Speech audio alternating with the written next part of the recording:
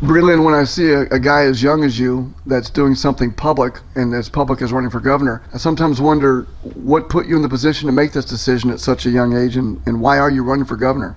I've always started young. I knew what I wanted to do with my career when I was 13. I started teaching myself programming languages at the age of 13. And by the time I was 16, I had my own business doing web design. So I'd go out and sell pretty much my services to create websites for people. And I started there, and by the time I got to age 20, I got hired on working as a contractor with the Air Force, and then it took off from there. So I started really, really early, and I got married really early as well, started having kids early. So it puts me in a point where people say, well, yeah, you're really young. It's true, but I've already hit a lot of milestones that a lot of people haven't even hit or are just hitting at a much later age. So this got me to a point where I'm at my life now. I have a successful career. I have a good marriage with my wife. With our kids are starting to grow up and be a lot less dependent on us. And so it gets to a point where I have the freedom now to do more for my country. And I've always been an informed voter. I consider myself a patriot. Somebody who has always been pretty educated in our American heritage, what our country was founded on, our American values. I've seen a degradation in our not only in our state but our country as a whole. And I'm at a point where I want to do something. I need to do something. I'm a leader by nature, and I've trained as a leader. And when I see that there's a problem, I don't wait for somebody else to fix it. I say, this is something that I can do. I have the wherewithal to do it. I need to do it. Your Facebook avatar or your profile picture says, "I stand for medical freedom," and underneath that hashtag, "Stop the Mandate." What does that mean to you? It means that each individual has the autonomy to decide what they put in their bodies. I believe in personal responsibility, and I believe that it is not the government's position or even an employer for that matter, to say that you need to inject this in your body. And even wearing a mask, it is against our freedoms as an individual that we can decide what we want to wear, what we want to put on our faces or any part of our body, as well as what we're injecting into it. Now, people that hear you say that, they'll say, well, your personal rights stop at you potentially giving me some deadly disease. How do you respond to people like that? Well, first off, that's completely wrong. Because again, let's go back to personal responsibility. Look, if someone is worried about getting a sickness, stay home. You can get just about anything delivered directly to your home without you ever having to leave it anymore. If that is a concern, take precautions. Wear a full hazmat suit, receiver equipment, whatever you feel you need to do to protect yourself. You go for it. I don't have a problem with people wearing masks, with them getting vaccinated. You do whatever you need to do, because guess what? The consequences of your decisions will be paid by you, not me. So who am I to say that you shouldn't wear a mask and you shouldn't get vaccinated? But who are you to say that I should wear a mask and I shouldn't get vaccinated? Because if I get vaccinated and I have an effect from that, a negative effect from that, are they going to pay my medical bills? I'm sure not. I'm responsible for my decisions as well. You actually believe in the open-ended freedom of people to choose whichever path they want? Essentially, yes. So what I'm saying is, in other words, you're not suggesting that anybody should or shouldn't do something. You're supporting their right to make that choice for themselves. Absolutely. Well, you're stepping into politics at a time in American history that are easily the most polarized that I've ever seen. And this is a very polarized time. The values that you have, there's a certain segment, a group of people on the other side, potentially, who will be a very vocal opponent to those values in ways that maybe in the past we wouldn't have seen. Have you sort of braced yourself? How does your family feel about what you're about to walk through? It's one thing to sit back on your easy chair and throw, rubber balls at your TV. It's another to get out there and fight the fight. So are you prepared for that? You're absolutely right. The thing is that I am a fighter. See, I'm not here for a golden ticket. I'm not here for celebrity status. I don't care about any of that. I'm here to do the right thing, and that means fighting for it. And you're 100% correct on the polarization that's going on in our country, and right here in the state of Nebraska, that divide is just getting deeper and deeper and wider and further. But all the more reason why we need people who can not only work with that, but in some cases actually bridge that gap, because it can be done. And there's a lot of people we have the extreme left, we have even an extreme right, and we got a lot of people that are getting left in the middle, and they don't know which way to go. They're, left's telling them, well, you need to go this way, and the Democrats want you here, and the Republicans will say, we know, do this way. And they say, well, there's things about Democrats and Republicans and other parties as well that they don't like, and they're caught in this middle area. And that's where it seems to me that the majority of Nebraskans are caught in. So yes, there is a massive polarization there, but we need somebody who has level-headed, who has thick skin, who has no reputation for. I don't care what they call me. They've already been calling me names for years. I've already participated in debating people and knowing what I believe in. And so, I mean, I have nothing to lose. And I don't mean to say that naively or carefree, but the fact is that I do have a confidence. A lot of that does come from my Christian faith. A lot of that comes from that, but it also comes from because this is a duty. We need people who are level-headed, who don't have an agenda to protect, who are here to do the right thing. And I have an opportunity to do the right thing. In America, less and less people identify themselves as Christians. Certainly, I think we're at a low since they've been recording this, since the start of the country, less people identify with the Christian faith. So already, by stating you have a Christian faith, you have set yourself apart, and we can already insert the names that you'll be called. Before we talk about what people may call you, what do you call yourself? What does it mean to you to describe being a Christian in 2022? Great question. I call myself a Christian because I have a devoted relationship with Christ. I stand on the Bible, on the Word of God. That is my moral compass. That is where I derive what is right and what is wrong. It's not from a religious denomination. It is not from religious traditions. It is a personal relationship with the Lord specifically. That's a relationship that has been continuing to grow and is between me and Him. That is when I say that I'm a Christian, that there is no other God but the one true God Himself. That is who I look to for guidance, and He's been playing a huge part in this run for governor. When John F. Kennedy ran for president, one of the things said about him was, well, he was a Catholic. And as a Catholic, he would be beholden to the Pope, and therefore would not be able to represent all Americans. In 2022, I think we can even broaden that out to say for some people, well, as a Christian, if I'm not a Christian, or if I'm outright antagonistic to being a Christian, what if your values don't align with mine? How can I know that you as governor of Nebraska would represent me or do your best to serve my needs? I love this question, and here's why. Because of my Christian faith, I can walk into the territory that we're at today, one, with a peace and a confidence, without any fear of my life or what's going to happen, because I know it's in God's hands. But the other thing is that you say, well, how do I address these concerns with those who do not consider themselves or align with Christian values? Because of my belief. I believe that each person is respected because I respect human life, because there is a soul, there is a person there. When you value human life like that, you treat it much differently. We treat things differently that we value. I'm a liberty-based candidate. Because of my Christian beliefs, I believe in not being a tyrannical individual or forcing my beliefs on other people. I stand on principles that perpetuate liberty, and the idea that this individual is what, as much as they don't, maybe they want to be a Christian or they don't align as a Christian, whatever the fact is, that's their choice, and I'm going to protect that even if I don't agree with it. So when you found it on principles, especially biblical principles, things that are right are always right, things that are wrong are always wrong. And in most cases, people will agree that the principles, whether they're consider themselves a Christian or not, most people agree that the core principles of Christianity, of what is right and what is wrong, they actually agree with. We know murder and killing is bad, stealing is bad. We know all this is bad, and most people are going to agree that it's bad. So there's a lot of commonality there, whether they consider themselves a Christian or not. Well, your definition of what is right and wrong may be different than my definition of what right and wrong is. And in 2022, the moral ambiguity that we find ourselves in on even issues that you wouldn't think there'd be any vagary around, and that would be, for example, whether boys are boys or girls are girls. These are sorts of questions which in the past, I think that your answer would have fit very well. We all know about right and wrong, and we all can sort of generally agree to these basic tenets of life. But I think you have to agree that in 2022, there's a growing number of people who hold a much more morally relativistic view of society. So if an issue comes before you, if you had the ability to do so, and there was a line you had to draw, are there issues around which you would draw a black line, or you draw a line in the sand and say, this is right, this is wrong, even though someone might oppose me on that? Yes, I would. And I'd be open to debate. I'd be open to discuss these things with these individuals because, again, I respect them as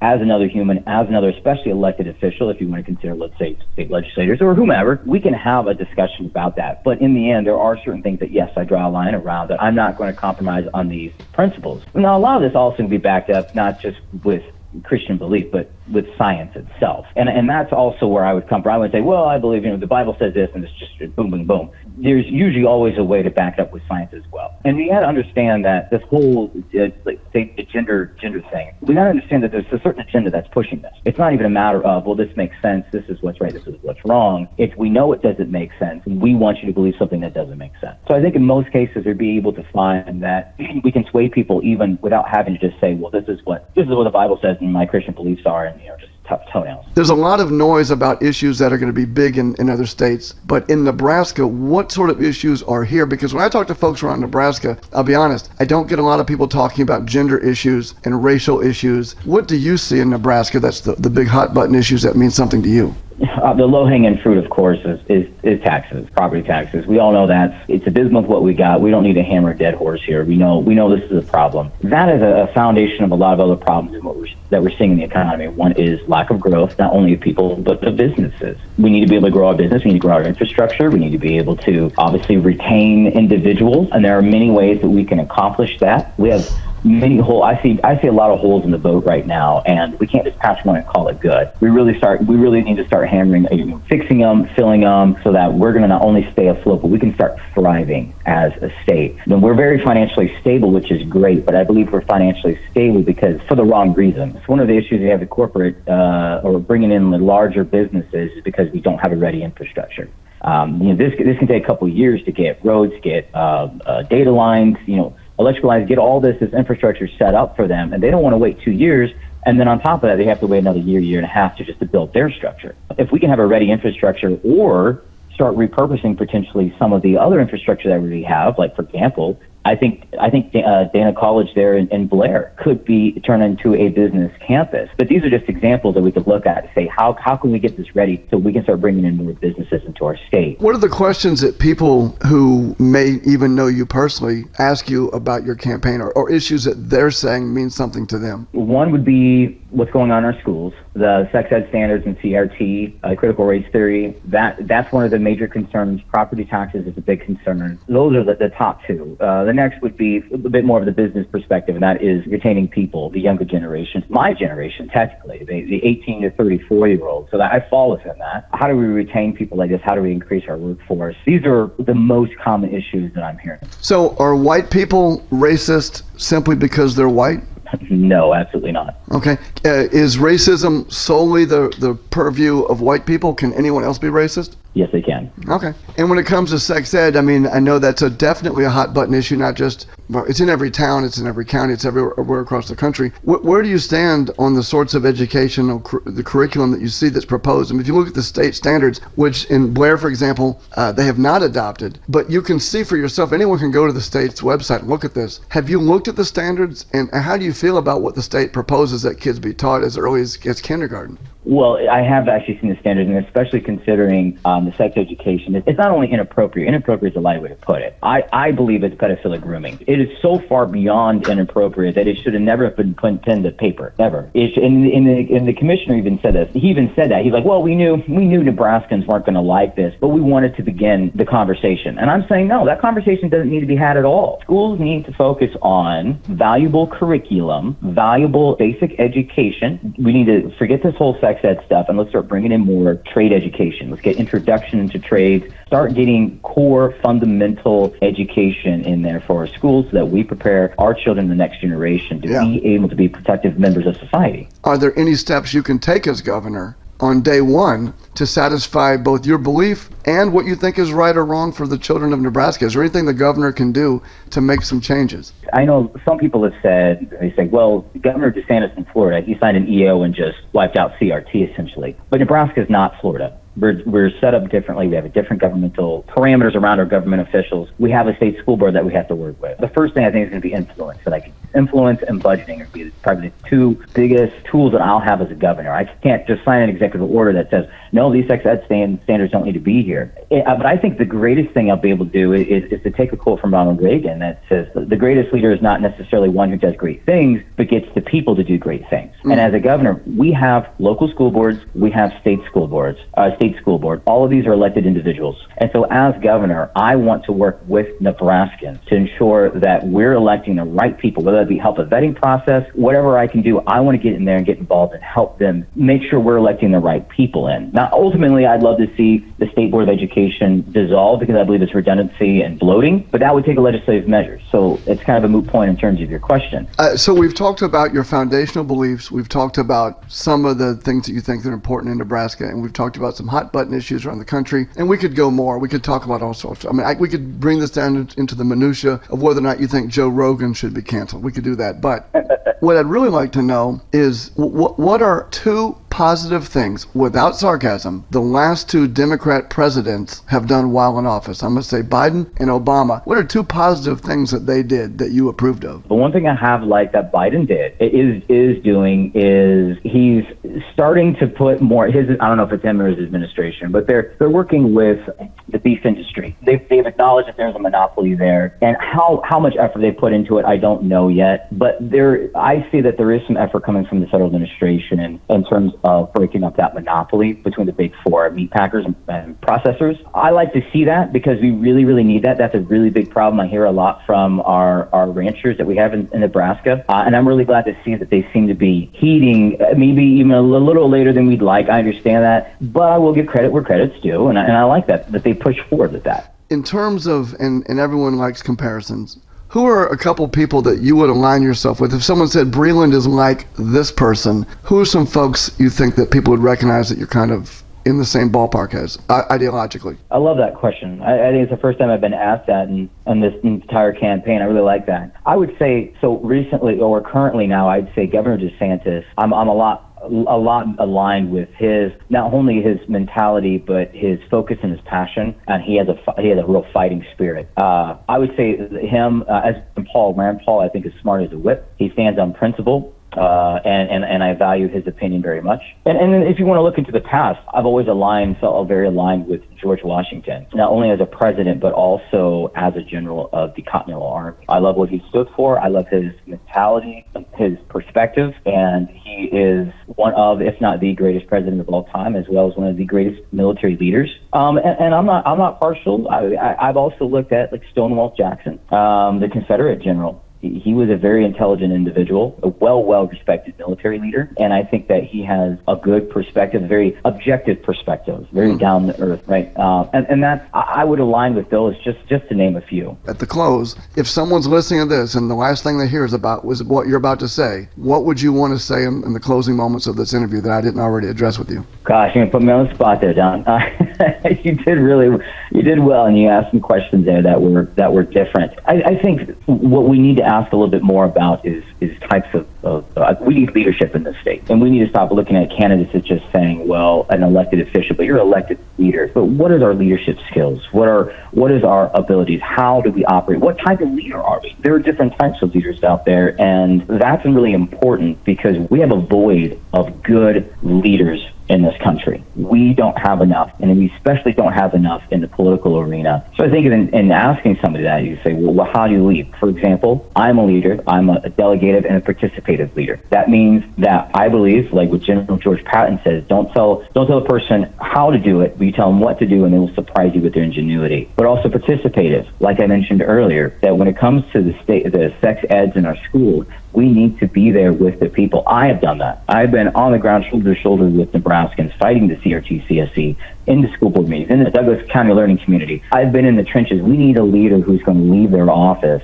that I believe, and get down there and get dirty, but also somebody who can still rise to that occasion, to still be able to delegate, to be able to lead, not necessarily control, but lead their different departments in our government, come up with innovative ideas, and bridge that gap between the Republicans and Democrats, because we have a lot of Democrats in this state. I think we need to really be asking our candidates and say, what kind of leader are you, and what would it look like if you are a leader in this state? Well, I appreciate that answer, and what I would add only is that people read Teddy Roosevelt's Man in the Arena speech, because that's what you're getting ready to do. And before anyone would make a comment about what you believe or don't believe, or where you're going or not, or how you're going to be effective as a governor or not, I think that people would be wise to read Teddy Roosevelt's words on what it means to get in that arena.